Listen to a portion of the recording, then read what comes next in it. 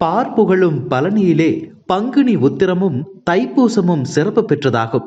லட்சக்கணக்கான பக்தர்கள் கூடி அருள் பெறும் தலம் பழனியாகும். முருகனின் அறுபடை வீடுகளில் 3ஆம் படை வீடாக இருப்பது பழனி. பழனி சூழ் கழனி என வர்ணிக்கிறார்கள். பழனி அழகை காண்பதற்கு வெளிமாநிலம் மற்றும் அன்று வெளிநாடுகளில் இருந்தும் பக்தர்கள் வந்து தரிசனம் செய்கிறார்கள். பழனி மலை கோவில் ராஜகோபுரம் சேதமடைந்ததால் பக்தர்கள் அதிர்ச்சி அடைந்துள்ளனர். குடமுழுக்கு முடிந்து 2 ஆண்டுகளே ஆன நிலையில் புதுப்பிக்கப்பட்ட ராஜகோபுரம் சேதமடைந்து இடிந்து விழுந்துள்ளது. மக்கள் மற்றும் அரசாங்கத்திற்கு ஆபத்து ஏற்படும் என்பது ஐதீகம் என்ற நிலையில் இந்த சம்பவம் பக்தர்களிடையே கவலையை ஏற்படுத்தியுள்ளது.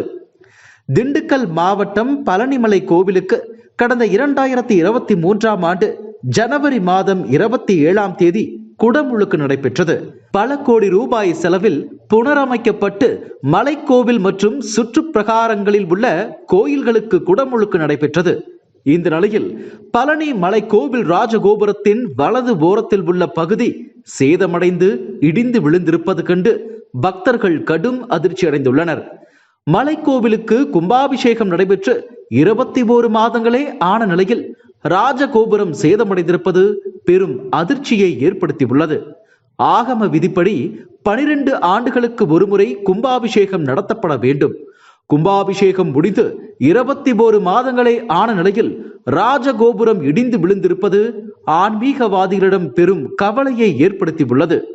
செவ்வாய் உச்சம் பெற்ற ஸ்தலமான பழனிமலை கோவிலில் செவ்வாய்க்கிழமையான நேற்று ராஜகோபுரம் இடிந்து விழுந்திருப்பதும் குறிப்பிடத்தக்கது.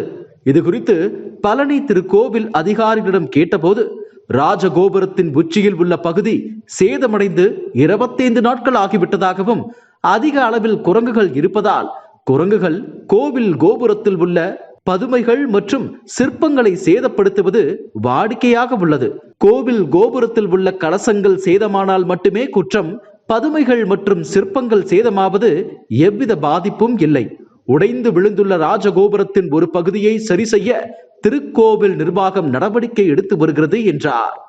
இது குறித்து பக்தர்கள் கூறும்போது கோயிலுக்கு உலகம் முழுவதிலுமிருந்து பக்தர்கள் அதிக அளவில் வருகின்றனர். கோயிலில் 2023 ஜனவரி 27ஆம் தேதி கும்பாபிஷேகம் நடந்தது. இதற்காக புனரமைக்கப்பட்ட ராஜகோபுரம் வலதுபுற சுதை சிற்பம் யாழி பின்புறம் வளைவு உடைந்துள்ளது. உடைந்த சுதை சிற்ப வளைவை ராஜகோபுரம் மீதுள்ள இடிதாங்கி கீழே விழாமல் தாங்கி பிடித்துள்ளது. ராஜகோபுரத்தின் மேற்பகுதியில் சுதை சிற்பம் மனிதர்களால் சேதப்படுத்த முடியாத உயரத்தில் உள்ளது. இந்நிலையில் மின்னல் தாக்கி இருக்கலாம் அல்லது தரமற்ற பணிகளால் சேதமடைந்திருக்கலாம். இதற்கு சிறப்பு பூஜை செய்ய வேண்டும், இல்லாவிட்டால் பக்தர்களுக்கும் பாதிப்பு ஏற்படும் என பக்தர்கள் தெரிவித்தனர். விஸ்வ இந்து பரிஷத் திருக்கோயில் திருமடங்கள் மாநில அமைப்பாளர் செந்தில்குமார் கூறும்போது கும்பாபிஷேகம் என்பது 12 ஆண்டுகளுக்கு ஒருமுறை நடப்பது. கோபுரங்கள், கலசங்கள், சுதை சிற்பங்கள் போன்றவற்றை புனரமைத்து புதுப்பிக்கத்தான் கும்பாபிஷேக பணி நடக்கிறது. இந்த கோயில் கும்பாபிஷேகம் நடந்து ஓராண்டு 8 மாதங்கள் ஆகியுள்ளது. அதற்குள் சிற்பம் உடைந்திருக்கிறது என்றால் உடனடியாக இந்து அறநிலையத்துறை இதனை ஆய்வுக்குட்படுத்த வேண்டும். உறுதித்தன்மையை பரிசோதிக்க வேண்டும்.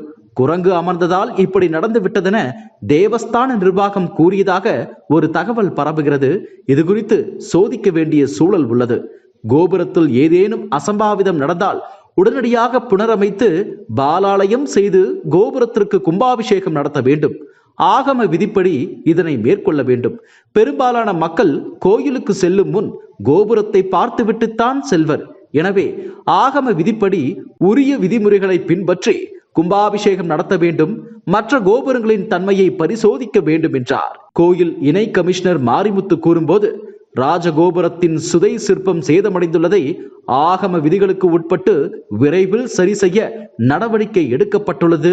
1 மாதத்திற்குள் சரி செய்யப்படும் என கூறினார். இதுபோன்ற செய்திகளை மேலும் தெரிந்து கொள்ள எங்களது யூடியூப், ஃபேஸ்புக் மற்றும் ட்விட்டர் ஆப்களை சப்ஸ்கிரைப் செய்யவும்.